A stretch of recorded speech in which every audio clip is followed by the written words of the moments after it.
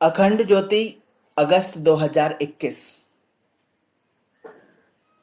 परम पूज्य गुरुदेव की अमृत वाणी एक। वेद माता, देव माता, विश्व माता। पूर्वार्ध।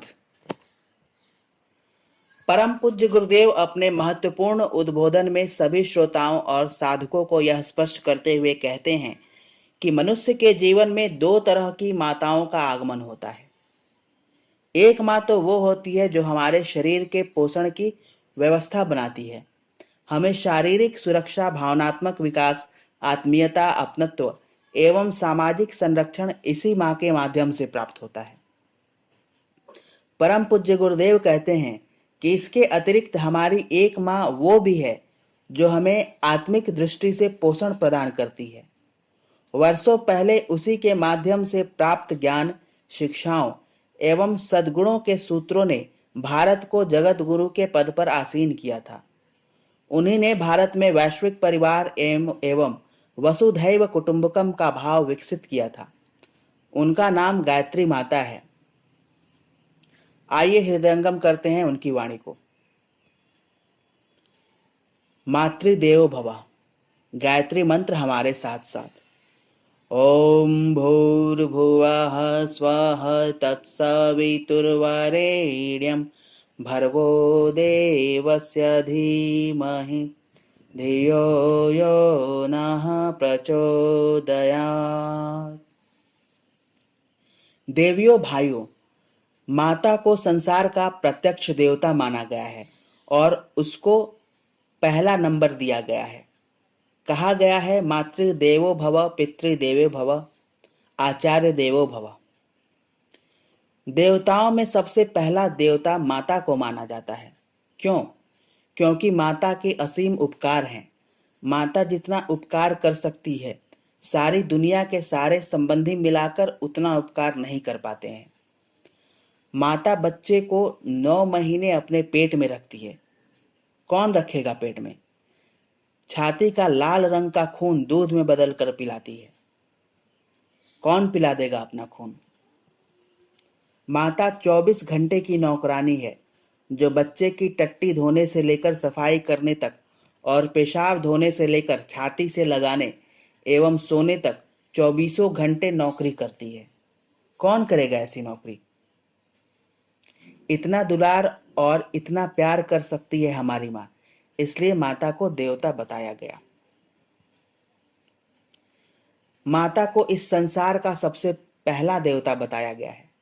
मित्रों, हम भगवान की प्रार्थना करते हैं, भगवान से रिश्ता बनाते हैं तो पहला रिश्ता माता का बनाते हैं, दूसरा पिता का बताते हैं। क्यों बताते हैं?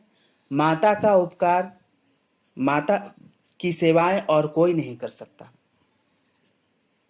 छोटी सी पानी की बूंद को एक हट्टा कट्टा मनुष्य बना देने की, विचारों की दृष्टि से, भावनाओं की दृष्टि से समर्थ बना देने की जो क्षमता माता में है, वह और किसी में है ही नहीं। इसके लिए माता का गुण गाते हैं, माता का उपकार मानते हैं, माता को हम प्रणाम करते हैं। भौतिक जीवन में माता को महत्व देते हैं। माता की बात हम बहुत कुछ समझते हैं और माता की महिमा गाते गाते थकते भी नहीं हैं। हम चाहे उपकार माने या न माने, किंतु इससे उसके उपकार में कोई अंतर नहीं आता। आत्मा का परिपोषण करती है गायत्री माता। मित्रों, हमारी एक और माता है जिसके बारे में आपकी जानकारी कम है, लेकिन वह माता हमारे शरीर को जन्म देने वाली माता से भी ज्यादा महत्वपूर्ण है।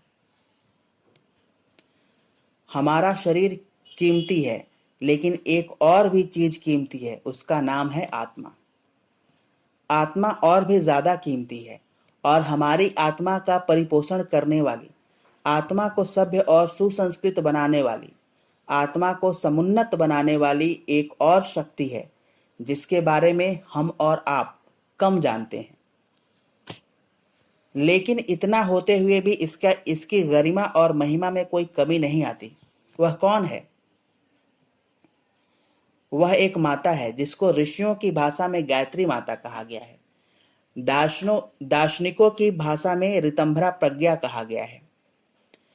समाज शास्त्रियों, नीति शास्त्रियों की दृष्टि में इसको दूरदर्शिता कहा गया है, आदर्शवादिता कहा गया है, उत्कृष्टता कहा गया है, शालीनता कहा गया है। उसके बहुत सारे नाम हैं, जिसको मैं गायत्री माता कहता हूं। मित्रों, वह एक ऐसी माता है जो हमारी आत्मा को दूध पिलाती है। आत्मा आने से दुनिया में न जाने क्या से क्या हो जाता है और क्या से क्या हो सकता है। शरीर को दूध पिलाने से, घी खिलाने से, प्रोटीन खिलाने से आदमी पहलवान हो जाते हैं, बलवान हो जाते हैं और न जाने क्या क्या हो जाते हैं। लेकिन आत्मा को यदि किसी के लिए दूध मिलना संभव बन सके तो आत्मा बहुत पहलवान हो जाती है।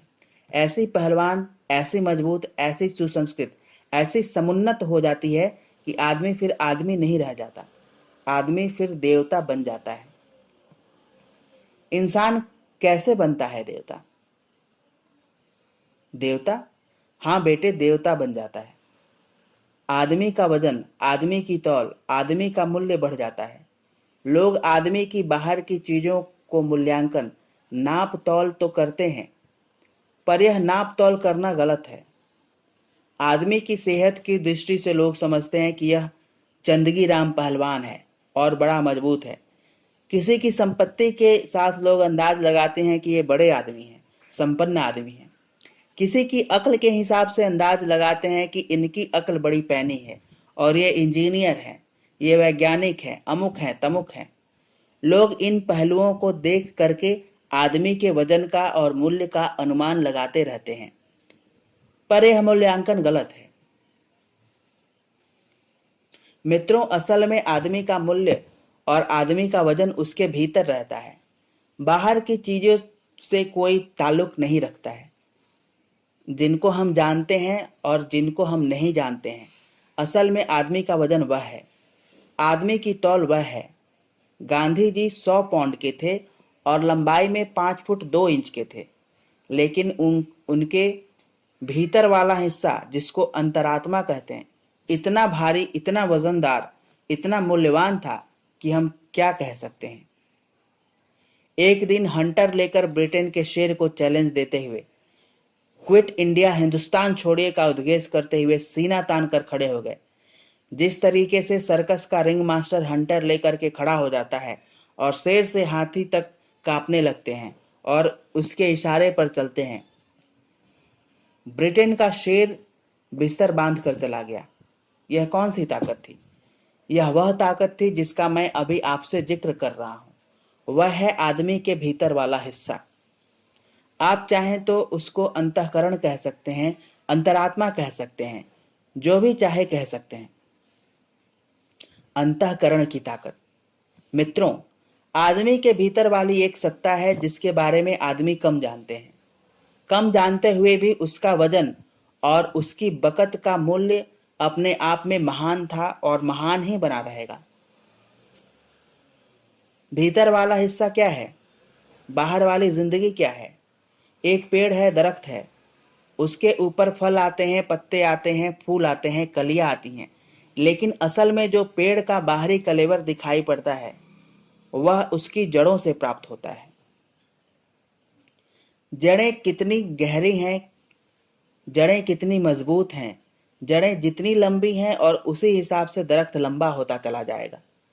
बरगद का पेड़ बहुत बड़ा मालूम पड़ता है, लेकिन आप जड़ों की जमीन में खुदाई करें तो मालूम पड़ेगा कि जितना बड़ा पेड़ ऊपर था उतना ही बड़ा नीचे भी है। आदमी भीतर से बढ़ता है, आदमी भीतर से समुन्नत होता है।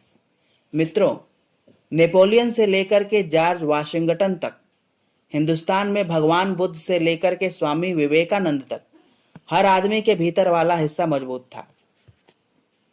भीतर वाला हिस्सा ताकतवर था, भीतर वाला हिस्सा बढ़ा चढ़ा था। यही कारण था कि वे अपने बहिरंग जीवन में भी फलते फूलते चले गए, सफल होते चले गए, समुन्नत होते चले गए। जिनका भीतर वाला हिस्सा कमजोर होता है वे हवा के एक झोंके से गिर पड़ते हैं और तहस नहस हो जाते हैं।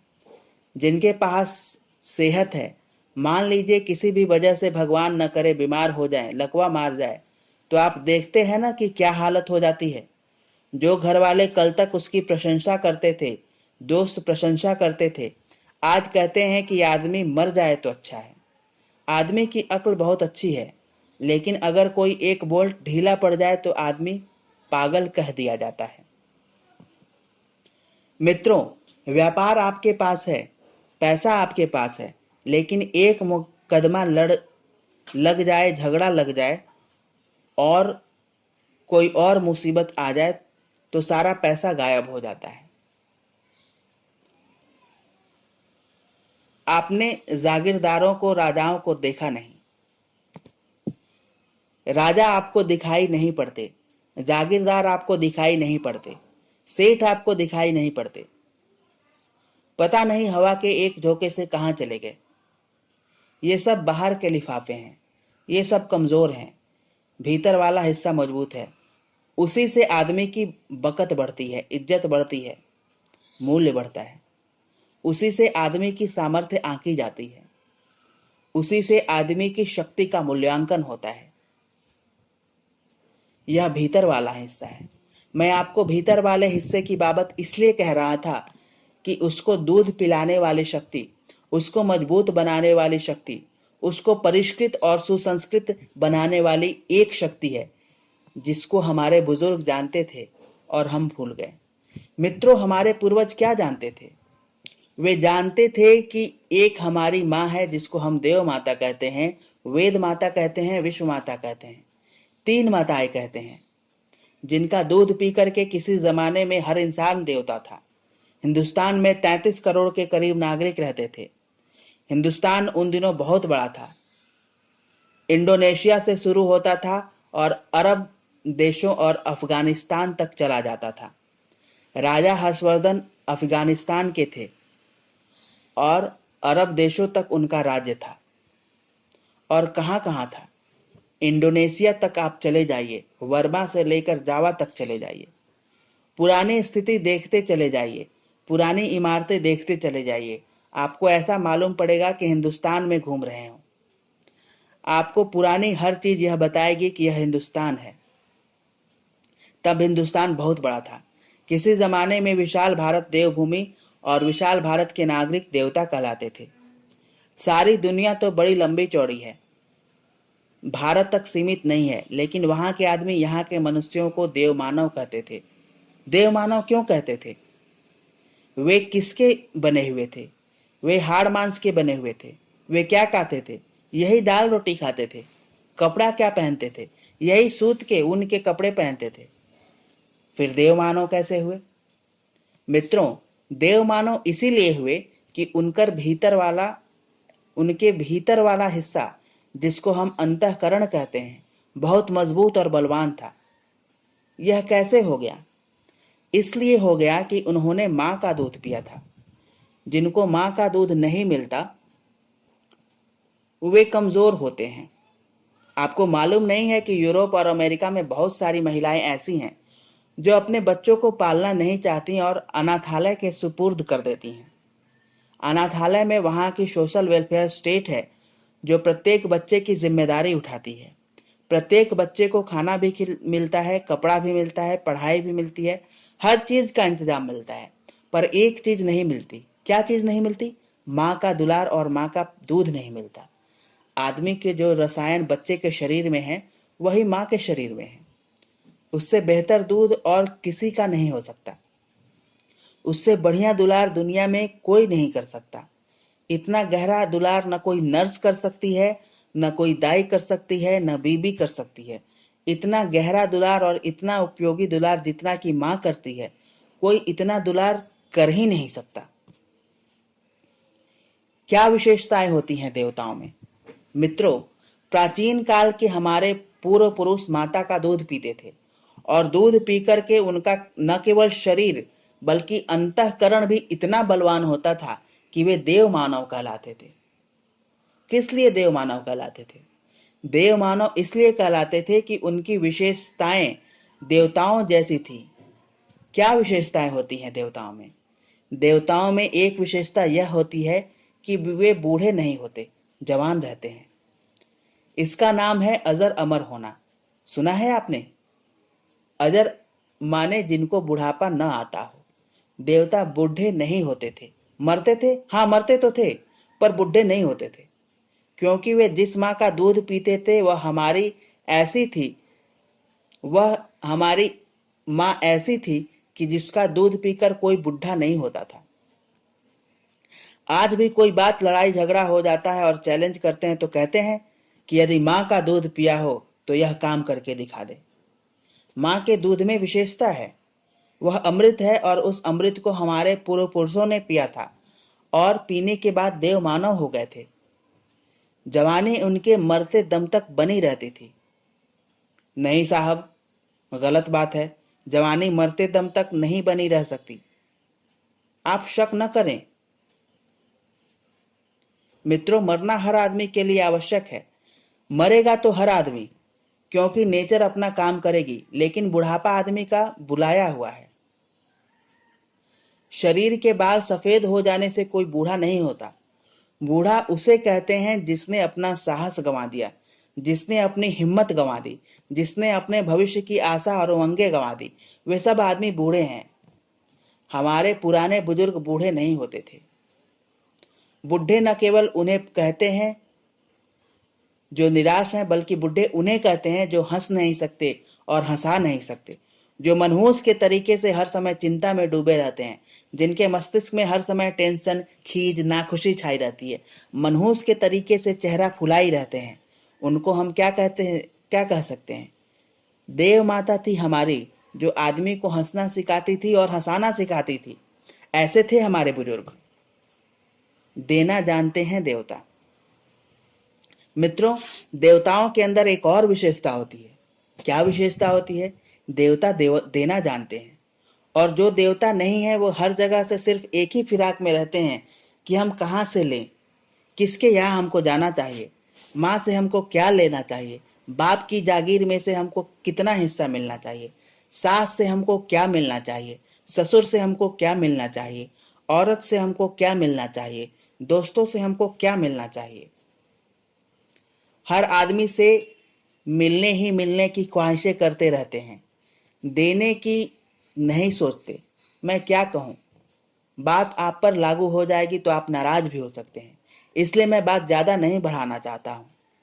मैं यह कहना चाहता हूँ कि देवता उन्हें कहते हैं जो देना जानते हैं, जिन्होंने देना सीखा है। पैसा जिसके पास न हो तो क्या देगा? अरे बाबा, क्या आपसे मैं पैसे की बात कह रहा हूँ? मैं तो श्रम की बात कह रहा हूँ, समय की बात कह रहा हूँ, मोहब्बत की बात कह रहा हूँ, प्रोत्साहन की बात कह रहा हूँ और ना जाने क्या क्या बात कह रहा हूँ। मित्रों, अगर आपके पास पैसा नहीं है तो आपको शर्मिंदा होने की कोई जरूरत नहीं है, निराश होने की कोई जरूरत नहीं है। गांधी जी के पास कोई पैसा नहीं था, बुद्ध के पास कोई पैसा नहीं था, ऋषियों के पास कोई पैसा नहीं था, लेकिन पैसा न होते हुए भी उन्होंने समस्त विश्व के लिए इतना ज्यादा से ज्यादा अनुदान दिए हैं, जिसका एहसान हम कभी भी भूल नहीं सकते। आप भी ऐसा कर सकते हैं। हमारी वह माँ देव माता थी, जिसको मैं गायत्री माता कहता हूँ, जिसके लिए आपने शक्तिपीठ बनाई है, जिसका मैं उद्घाटन करने के लिए आया हूँ, जिस माता के चरणों पर मैंने अपनी लंबी जिंदगी को समर्पित कर दिया। और आप लोगों से यह प्रार्थना करने आया हूं कि आप लोगों के लिए भी यदि संभव हो सके तो उसका दूध पीने की कोशिश करें, ताकि आप देव मानव बन सके। देव माता, वेद माता, विश्व माता। मित्रों, गायत्री को देव माता कहते हैं, वेद माता कहते हैं और विश्व माता कहते हैं। विश्व माता की बाबत पीछे बताऊंगा कि इस दुनिया को किस तरीके से विश्व परिवार के रूप में परिणति करने वाली फिलॉसफी है यह, जिसमें हर आदमी को मालूम पड़ता है कि हम एक बड़े विशाल संसार के मेंबर हैं और हम एक ऐसी बड़ी फैमिली के रिश्तेदार हैं। आज हर आदमी अपने आप में अलग बैठा हुआ है, अलग थलग हो गया है। आज हर आदमी इक्कड़ है। आप कभी जंगल में गए नहीं हैं, वहां जानवर इक्कड़ होते हैं। इक्कड़ कैसे होते हैं? जो झुंड से अलग हो जाते हैं। मसलन कई बार सुअर इक्कड़ पाए जाते हैं और अलग ही रहते हैं, वे झुंड में नहीं रहते। हाथी भी कई बार इक्कड़ पाए जाते हैं, वे झुंड में नहीं रहते, अकेले ही रहते हैं। कई बार हिरन भी इक्कड़ पाए जाते हैं, झुंड में नहीं रहते, अकेले रहते हैं। जो अकेले रहते हैं वे बड़े खौफनाक होते हैं। शिकारी उनको देखकर ही चौकन्ने हो जाते हैं। इक्कड़ इक्कड़ हिरन को देखकर कांप जाते हैं। वे अपनी गोली को ठीक करते हैं और कहते हैं कि इक्कड़ हिरन से अब हमको मुकाबला करना पड़ेगा। जो सुअर इक्कड़ होते हैं, बाकी जानवर घास खाते हैं और छाया में बैठे रहते हैं, पर इक्कड़ सुअर आता है और अपने पैने दांत उनके पेट में घुसेड़ देता है और मारकर पटक देता है। इक्कड़ बहुत खतरनाक होता है। मित्रों, इक्कड़ किसे कहते हैं?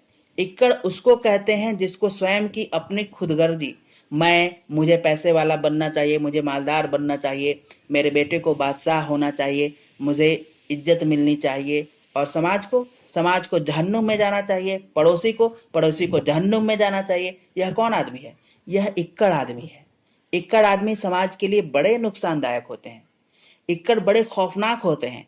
इक्कड़ बड़े खतरनाक होते हैं। वे अपने लिए भी होते हैं और सारे समाज के लिए भी होते हैं। हमारी गायत्री माता कभी विश्व माता थी। ऐसी शानदार विश्व माता थी जो हमको विश्व परिवार की भावना, वसुधैव कुटुंबकम की भावना सिखाती थी, जिसका परिणाम आपने देखा। हिंदुस्तान में जिन लोगों के पास भी विद्या थी, वे अपनी विद्या को लेकर न जाने कहां से कहां चले गए। 400 मील लंबे रेगिस्तान को पार करके चाइना चले गए, मंचूरिया चले गए, मंगोलिया चले गए, उन स्थानों पर चले गए जहां की आज भी जाना मुश्किल पड़ता है। हिंदुस्तान की सीमा को पार करके टूटी फूटी नावों में सवारी करके अमेरिका जा पहुंचे। अमेरिका में आप कैलिफोर्निया का इलाका देखिए, बहुत सारे इलाके देखिए, वहां भारतीय सभ्यता और संस्कृति जिसके बारे में अब पता लगा है। पहले कहते थे कि कोलंबस ने तलाश किया जहां रेड इंडियंस रहते थे। अब मालूम पड़ा कि वहां मैं सभ्यता थी। मैं नाम का एक दानव था, वह वहां चला गया और बस गया। आप सूर्य के मंदिर देख लीजिए, हिंदुस्तानी कैलेंडरों के जैसे बेहतरीन नुस्खे वहां पाए गए हैं। हिंदुस्तान में भी वही पाए गए। लोग न जाने कहां से कहां चले जाते थे। मित्रों, वे कौन थे? वे लोग वसुधैव कुटुंबकम की भावना को लेकर के गए हमारे पास, जो भगवान ने दिया है उनसे उसे हम बांटे। जहां कहीं भी गरीब रहते हैं, पिछड़े रहते हैं, हारे हुए रहते हैं, थके हुए रहते हैं, उनको हमको बांटना चाहिए। ऐसी थी हमारी गायत्री माता, जो विश्व माता कहलाती थी। और विश्व माता हर नागरिक को यह कहती थी कि हम एक ही माँ के बच्चे हैं, हम सहोदर हैं। आप बड़े हैं तो अकेले खाने का हक नहीं है। आप कमा तो सकते हैं, पर छोटे भाई बहनों को क्यों ख्याल नहीं करते? छोटे भाई बहनों की पढ़ाएंगे नहीं, बहन का ब्याह नहीं करेंगे। आप बड़े हैं तो इसका मतलब यह हो गया कि आपको औरों का भी ध्यान रखना चाहिए। विश्व माता अपने बड़े बेटों से कहती थी कि जो भी अक्लमंद हैं, जो भी समझदार हैं, जो भी बुद्धिमान हैं, वे अपने से गए गुजरे लोगों को, पिछड़े लोगों को, हारे हुए लोगों को, थके हुए लोगों को, हैरान हुए लोगों को उठाने में मदद करें। यह थी विश्व माता, जो हमारी फिलॉसफी हमको सिखाती थी। वह देव माता थी, वेद माता थी। क्रमशः अगले अंक में समापन।